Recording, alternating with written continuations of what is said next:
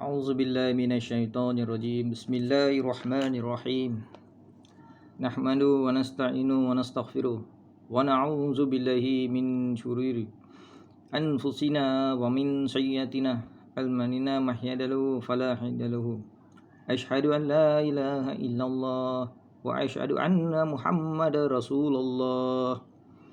Allahumma shalli ala sayyidina Muhammad wa ala ali sayyidina wa maulana Muhammad. Amma ba'd. Alhamdulillah segala puji-pujian bagi Allah. Syukur berpanjat kepada Allah Subhanahu wa taala. Salam salawat kami ucapkan ke atas junjungan kami besar Nabi Muhammad sallallahu alaihi wasallam serta isteri-isteri baginda sallallahu alaihi wasallam dan keluarga baginda, para sahabat, seterusnya golongan yang mengikuti jejak langkah baginda sallallahu alaihi wasallam sehingga hari kiamat. Amin amin. Insyaallah. Tuan-tuan puan-puan rahmati Allah Subhanahu wa taala. Marilah hari ini kita bertemu lagi di alam maya, mengikuti mode-mode terusnya. Baik, bismillahirrahmanirrahim. Pertama-tamanya kita bersyukur kepada Allah Subhanahu wa taala kerana nikmat, ya. Nikmat kita yang selalu kita lupa ialah nikmat umur, nikmat nafas, nikmat masa lapang. Ya, masa lapang dan juga nikmat panca indera. Tuan-tuan puan-puan rahmati Allah Subhanahu wa taala. Kita belum lagi bersyukur dengan nikmat itu, ya. Kita belum bersyukur lagi dengan nikmat-nikmat itu. Tapi kita sibuk nak perkenankan hajat yang sebenar. Hajat yang besar. Kita minta dengan Allah Subhanahu Wa Taala. Seperti mana hajat yang kita nak minta, kita nak kaya, kita nak bahagia, kita nak tenang, kita nak kerja, kita nak cemerlang. Bila kita tak dapat tu semua, kita menyalahkan Allah. Kita terus hukum pencipta kita. Sedangkan nikmat yang kita gunakan sekarang adalah lebih besar dari segalanya. Apa dia? Nikmat umur, nikmat nafas. Itu dah menunjukkan Allah Subhanahu Wa Taala adalah sayang kita, menyayang kita. Maka bersyukurlah kepada Allah Subhanahu Wa Taala apa saja yang menimpa atas diri kita. Ya. Hari ini saya nak sampaikan sebuah modul 3. Ya, modul 3 tu fizikal dan mental. Modul 3 iaitu berbunyi modul 3, persediaan fizikal dan kesihatan. Ini khasnya untuk suami-suami di luar sana, ayah-ayah di luar sana, termasuklah diri saya sendiri. InsyaAllah kita bertadabur serba sedikit sebanyak dalam 20 minit ataupun 30 minit, lebih kurang begitu, ya. Apakah peranan kepada suami kepada isteri? Apakah peranan suami kepada isteri? Kita akan tadabbur sebentar lagi. Sedemikianlah saya hari ini nak sampaikan sebuah model bertajuk tentang suami isteri, ya, insya-Allah. Tuan-tuan puan-puan rahmati Allah Subhanahu Wa Taala di luar sana, terutamanya ayah di luar sana. Saya petik sebuah hadis, ya. Sebuah hadis bermaksud daripada seorang sahabat Rasulullah sallallahu alaihi wasallam. Aku bertanya Sayyidatina Aisyah tentang apakah yang dilakukan oleh Rasulullah sallallahu alaihi wasallam di rumah. Lalu Aisyah menjawab, baginda melakukan kerja-kerja rumah ahli keluarganya, iaitu baginda membantu ahli keluarganya. Dan apabila tiba waktu solat, baginda keluar dan menunaikan solat di masjid lah. Sahih Al-Bukhari. Dalam keadaan perintah kawalan bergerakan ataupun kita terkurung di rumah ni, tuan-tuan puan-puan rahmati Allah Subhanahu Wa Taala, terutama suami di luar sana sudah pasti banyak kerja di rumah, ya, menolong isterinya, menolong anaknya sebagainya, dan mesti wajib menolong isteri. Lagi-lagilah isterinya sedang mengandung ataupun baru saja bersalin dalam pantang. Oleh itu demikian, para suami di luar sana digalakkan untuk membantu isteri mereka di rumah selaras dengan apa yang ditunjukkan oleh baginda sallallahu alaihi wasallam, ambil sebagai tauladan hidup, ya. Di dalam riwayat Ahmad riwayat Ahmad yang di dalam riwayat Ahmad ada juga menyebutkan daripada Aisyah, beliau bertanya tentang apakah yang dilakukan oleh Rasulullah sallallahu alaihi wasallam ketika berada di rumah. Aisyah radhiyallahu anhuma menjawab, sesungguhnya baginda menjahit bajunya sendiri. Baju baginda sallallahu alaihi wasallam itu akhlak Rasulullah, ya. Membaiki selipar Rasulullah sallallahu alaihi wasallam, tidak menyusahkan isterinya, ya. Mengerjakan kerja-kerja dilakukan oleh kaum lelaki di rumah, kan, di rumah. Begitulah kita ambil satu tauladan ataupun contoh-contoh baginda sallallahu alaihi wasallam melakukan ataupun membantu isteri daripada rumah, ya. Ada lagi sebuah hadis merupakan, berbunyinya, bermaksud dari Abu Hurairah radhiyallahu anhu berkata, Rasulullah sallallahu alaihi wasallam bersabda, mukmin yang paling sempurna imannya adalah mereka yang memiliki akhlak yang paling baik. Dan orang yang paling baik di kalangan kamu adalah orang yang berbuat baik kepada kaum perempuan. Mereka itu isteri-isteri. Isteri-isteri. Hadis sahih Tirmizi. Cukup jelas sabda Rasulullah sallallahu alaihi wasallam pada kita, pada umat Nabi Muhammad sallallahu alaihi wasallam. Di dalam situasi kini yang kita menghadapi, terkurung di dalam rumah sebagainya, kita patutnya para suami hendaklah turut membantu laksanakan kerja-kerja rumah, bahkan berinteraksi dengan baik kepada isteri, para anak-anak, ya. Dan juga meminta hadis yang tersebut meminta orang beriman agar melaku baik kepada isteri-isteri, mengkhususnya kepada wanita, barangkali kerana terdapat para suami yang mengabaikan tanggungjawab kepada terhadap isteri sehingga mengasari dan menyakiti. Dalam hal ni, dalam perkara ni, Rasulullah cukup tauladan yang baik, menunjukkan akhlak baginda sallallahu alaihi wasallam terbaik untuk isteri-isteri baginda. Tidak mengasar pun. Kenapa hari ini kita perlu mengasari dengan isteri, dengan tekanan hidup, sebenarnya kita duduk di rumah, sebenarnya COVID, itu Allah uji kita, Allah uji kita. Ketika kita nak bernikah dan kita pun berlafaz berjanji, berikrar, berjanji pada kaum keluarga, pada depan Tok Kadi, kita lafaz apa? Kita lafaz suami kepada isteri, wahai isteriku, abang dengan ini berikrar, bahawa akan sentiasa bersamamu dalam senang dan susah, terutama ketika saat menanti kelahiran anak kita berdua, zuriat, Semoga anak yang bakal dilahirkan adalah menjadi anak yang soleh dan soleha. Ini kata suami. Kata isteri pula kepada suami, wahai suamiku, wahai suamiku, saya dengan ini berikrar bahawa akan sentiasa bersama abang dalam susah dan senang, terutama dalam melayari bahtera rumah tangga yang penuh dengan ujian dan dugaan. Saya akan sentiasa memberi sokongan dan dorongan dalam memastikan rumah tangga kita sentiasa bahagia. Begitulah tuan-tuan dan puan-puan di luar sana, begitulah yang kita saling berkongsi lafaz, ketika kita bernikah. Adakah hari ini seperti mana kita janji semasa nikah? Tanya diri sendiri, tuan-tuan. Tanya diri sendiri. Saya secara personally, secara peribadi, saya nampak di masyarakat kita, kebanyakan sekarang kes cerai-berai makin meningkat. Oleh kerana itu, ayolah kita semua, termasuk diri saya sendiri, bermuhasabah diri dan menjagalah keluarga rumah tangga kita. InsyaAllah ada keberkatan di situ.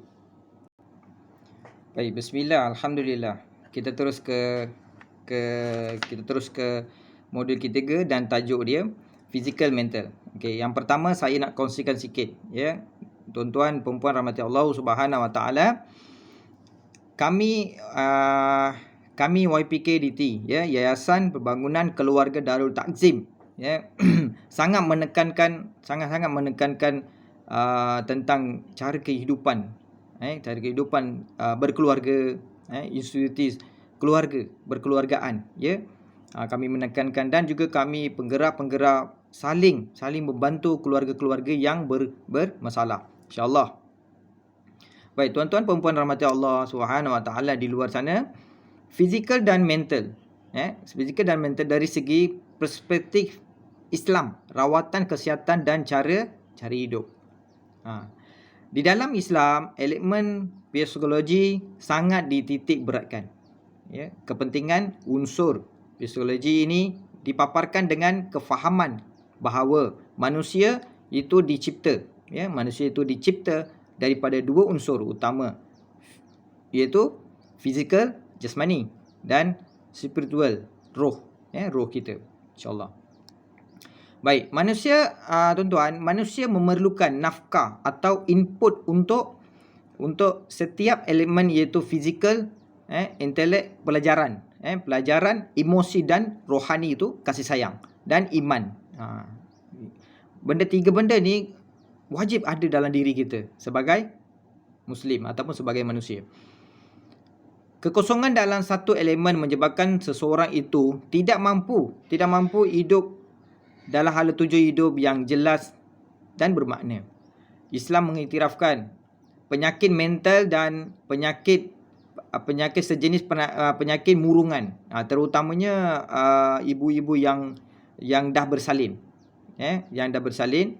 Penyakit ni wujud dalam diterangkan dalam perubatan moden. Perubatan moden. Malah Islam itu bersifat inklusif, iaitu menerima ilmu yang dihasilkan melalui kajian, saintifik dan penerbitan moden selagi tidak bercanggah dengan syariat Islam. Tuan-tuan puan-puan rahmati Allah Subhanahu Wa Taala, malah Islam menyuruh umatnya mendapat rawatan apa cara sekalipun selaras dengan landasan ajaran Islam, iaitu halal dan thayyiban. Ini termasuk rawatan moden di klinik dan hospital ataupun alternatif lain berpandukan pada ayat Al-Quran, dan tiada unsur syirik dan pemujaan jin dan syaitan. Tiada. Sebab tuan-tuan perempuan rahmati Allah Subhanahu Wa Taala, saya pernah semasa saya bukannya Islam, semasa saya dalam beragama lain, pernah saya menghadapi benda-benda ni semua. Mereka nak anaknya taat pada dia, dan dia sanggup pergi jumpa bomo sebagainya untuk anak. Saya kurang faham di situ. Kenapa mereka perlu rujuk pada sebuah makhluk, sedangkan dia pun makhluk? Kenapa tak nak rujuk pada ayat-ayat Al-Quran? Yalah, maklumlah dia bukan Islam. Saya cerita ni bukan yang Islam yang dulu, ya kan? Sekarang saya dalam satu landasan yang baik, landasan tu landasan Islam, ya. Kita selalu kena mengkaji dan mengaji, insya-Allah. Umumnya mempunyai salah tafsir bahawa rawatan Islam hanya merujuk kepada rawatan tradisional. Hakikatnya rawatan moden menggunakan kaunseling, kan? Kaunseling seperti psikoterapi dan ubat moden juga tergolong dalam rawatan Islam. Ada juga, macam contohnya sekarang vaksin. Kata di luar sana vaksin ni macam-macam orang cakap, kan? Vaksin tak halal, ada bercampuran dengan itu, dengan ini, daripada negara ini, negara itu. Tuan-tuan, saya berkongsi sikit, tuan-tuan. Tolong jangan kita harusnya tak bayun. Kita soal selidik apakah mereka yang melakukan luar sana. Para ulama, para mufti dah pun mereka dah beritahu, dah terangkan vaksin ni untuk apa? Untuk kita, kerajaan Tunku Lumus, untuk menyelamatkan nyawa untuk kita. InsyaAllah kita, walaupun betul kita bertawakal, tapi Rasulullah sallallahu alaihi wasallam pun sendiri teguh dalam beberapa hadis, Tawakal ni ada cara. Tawakal engkau buat dulu, baru tawakal pada Allah Subhanahu Wa Taala. Engkau tak buat tapi engkau cakap orang ni tak betul, orang ni betul, itu tak betul, tidak betul, itu tak sahih. Ini manusia kan. Jangan, kalau boleh biar tabayun, ya, insya-Allah. Yang kedua, memakan makanan yang halal dan seimbang serta berkhasiat. Untuk para suami di luar sana, apabila isterinya dah bersalin, tolong, saya merayu, tolong belilah makanan yang berzat, ya, daripada suami yang mencari nafkah, yang rezeki yang halal, ya. Kalau boleh mencarilah makanan-makanan yang berzat, yang halal, ya. Para suami bertanggungjawab mencari rezeki, pekerjaan yang halal dan menentukan makanan yang seimbang dan berkhasiat, kerana makanan mempengaruhi pertumbuhan dan akhlak bayi yang bakal lahir maupun sudah lahir.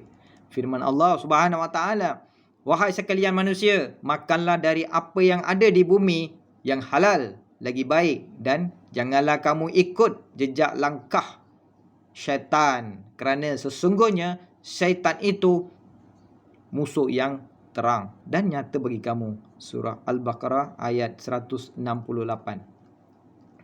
Tuan-tuan puan-puan rahmati Allah Subhanahu Wa Taala, ayah-ayah di luar sana, bagaimana nak dapat anak soleh dan solehah?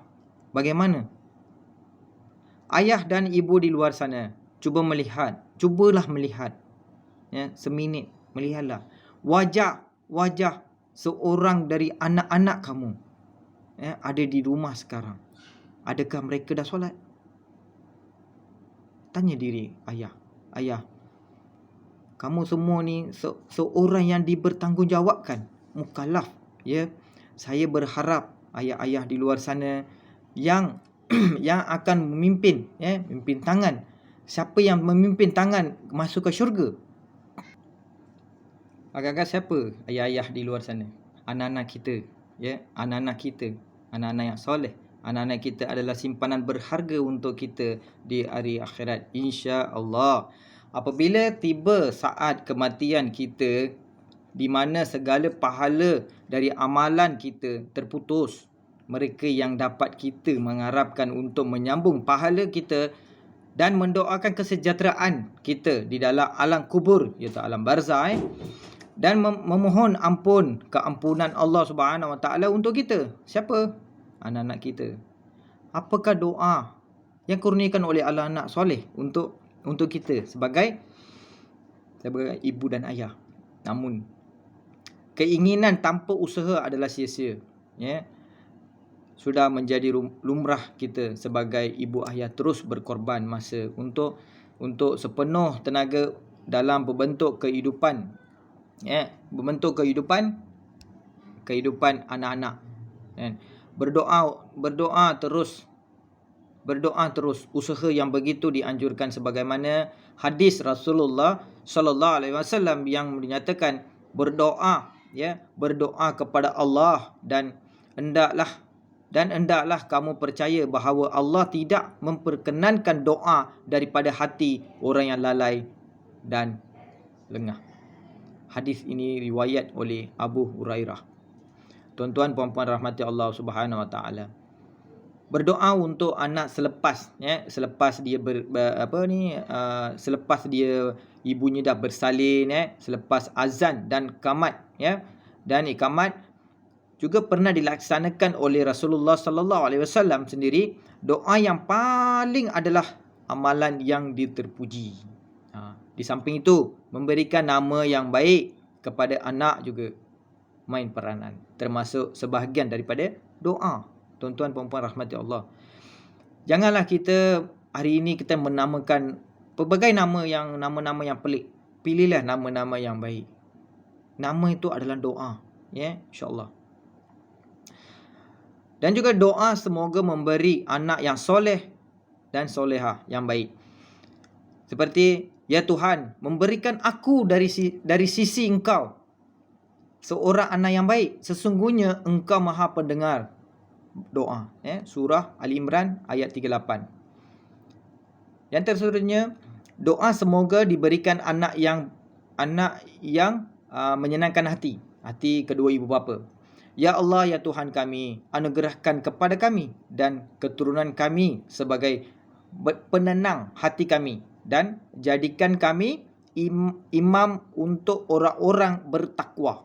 Ini ayat surah Al-Furqan ayat 74. Ya, saya bagi maksud saja. Doa semoga anak, doa untuk semoga anak mengerjakan solat. Seperti mana?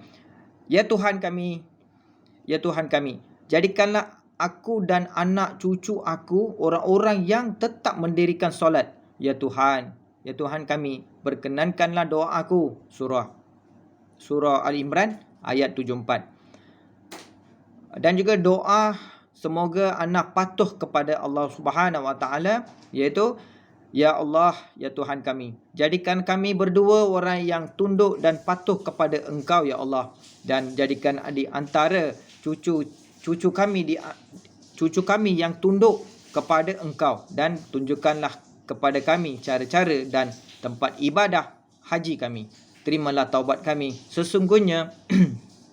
Sesungguhnya Engkau yang maha menerima taubat, lagi maha penyayang. Maka dengan itu, ayah-ayah ataupun ibu-ibu di luar sana, kita juga hendaklah memainkan peranan terhadap berhadapan dengan anak-anak di keluarga kita. Hendaklah meninggalkan kata-kata negatif yang merupakan maksiat dan berdosa, serta tempat-tempat hiburan yang melalaikan. Contoh perkataan yang negatif adalah seperti bodoh, seperti sial, seperti perempuan murahan, apa semua. Dan juga Allah Subhanahu Wa Taala berfirman, artinya, dan sederhanalah langkahmu semasa berjalan, juga rendahkanlah suaramu semasa berkata-kata. Sesungguhnya seburuk-buruk suara ialah suara keldai. Surah Luqman ayat 19. Tuan-tuan puan-puan rahmati Allah Subhanahu Wa Taala, saya menyuruh diri saya dan menyuruh di luar sana ayah-ayah, persediaan mental dan emosi, memberi kefahaman tentang perubahan yang berlaku kepada ibu yang hamil, sama ada dari segi mental, emosi, yang terlalu dekat, yang sangat berhampir dengan isteri adalah suami. Saya sarankan suami di luar sana, menjagalah ibu, menjagalah isteri anda tu, mereka berkorban, mati hidup semula, melahirkan anak zuriat kepada kamu. Bersyukurlah kepada Allah Subhanahu Wa Taala. Jangan kita meminta bantuan kepada makhluk, malah dengan Allah, dengan kalimah Hasbunallah wa ni'mal wakil, fa ni'mal maula wa ni'man nasir, la haula wala quwwata billahi illal aliyyil azim. Sekian itu saja daripada saya, Muhammad Rosham Abdullah, daripada Yayasan Pembangunan Keluarga Darul Takzim, menyediakan beberapa model dan menekankan institusi rumah tangga di dalam Yayasan Pembangunan Keluarga. Ayolah ramai-ramai berpakat-pakat, melayari laman web kami, iaitu FB kami, Yayasan Pembangunan Keluarga Darul Takzim. Pelbagai input kami akan sampaikan, insya-Allah, tabarakallah. Yang baik itu daripada Allah Subhanahu Wa Taala, yang kelemahan itu atas diri sendiri saya sendiri, insya-Allah. Bismillahirrahmanirrahim. Alhamdulillahirabbil alamin, wassalatu wassalamu ala asyrafil anbiya'i wal mursalin wa ala alihi wa sahbihi ajma'in. Ya Allah, ya Tuhan, sesungguhnya kepada Engkau kami mohon pertolongan, mohon keampunan dan mohon hidayah. Kami beriman kepadamu ya Allah, kami berserah diri kepadamu ya Allah. Kami memuji-Mu di atas segala pujian-pujian kebaikan. Ya Allah, ya Tuhan kami. Kami bersyukur kepadamu. Kami tidak kufur kepadamu. Kami juga meninggalkan sesiapa yang melakukan kufuran dan kerosakan. Ya Allah, ya Rahman. Ya Allah, ya Rahim. Hanya sesungguhnya Engkaulah yang kami sembah. Kami solat, kami sujud, dan kepada Engkau segala tujuan, usaha dan perlindungan kami. Kami mohon rahmat-Mu ya Allah. Kami amat takut azab-Mu ya Allah. Sesungguhnya azab-Mu sangatlah ngeri dan atas golongan orang-orang kafir. Ya Allah ya Rahman, peliharalah kamu. Ya Allah ya Rahman, peliharalah kaum muslimin. Lindungilah kami dengan umat Islam daripada segala perkara buruk dan ditakuti. Peliharalah kami daripada sebarang bentuk fitnah, ujian buruk, wabak penyakit, pertempuran dan kejahatan golongan golongan menindas. Engkau jadikanlah kami selamat daripada segala keburukan yang berlalu. Ya Allah ya Rahman, ya Allah ya Rahim. Engkau mengangkatlah segala penderitaan dan kegelapan, wabak penyakit dan segala bentuk bencana yang kami takuti. Ya Allah ya Rahman, ya Allah ya Rahmat. Wahai yang pengasih, ya Allah, berikanlah kemuliaan kepada Islam dan umat Islam. Hinakanlah golongan melampau dan zalim. Hancurkanlah musuh-musuh-Mu, iaitu musuh-musuh Islam. Berikanlah kami kemenangan ya Allah, kemenangan ke atas mereka ya Allah. Ya Allah ya Rahman, Engkau berikanlah pertolongan kepada-Mu saudara-saudara kami di seluruh tempat, khususnya yang berjuang di Palestin ya Allah. Engkau mengangkatlah segala penderitaan, malah bencana, pertempuran dan dendam kesumat dengan rahmat kurniaan-Mu ya Allah. Wahai yang Maha Pengasih. Selawat dan salam ke junjungan Nabi Muhammad sallallahu alaihi wasallam dan para keluarga baginda sallallahu alaihi wasallam. Ya Allah ya Rahman, Rabbana atina fid dunya hasanah wa fil akhirati hasanah wa qina azabannar wa qina azabannar wa qina azabannar. Wa sallallahu ala sayyidina Muhammadin wa ala alihi wa baraka wa sallam. Walhamdulillahi rabbil alamin. Taqabbal minna wa minkum taqabbal ya karim. Sekian saja daripada saya. Assalamualaikum warahmatullahi wabarakatuh.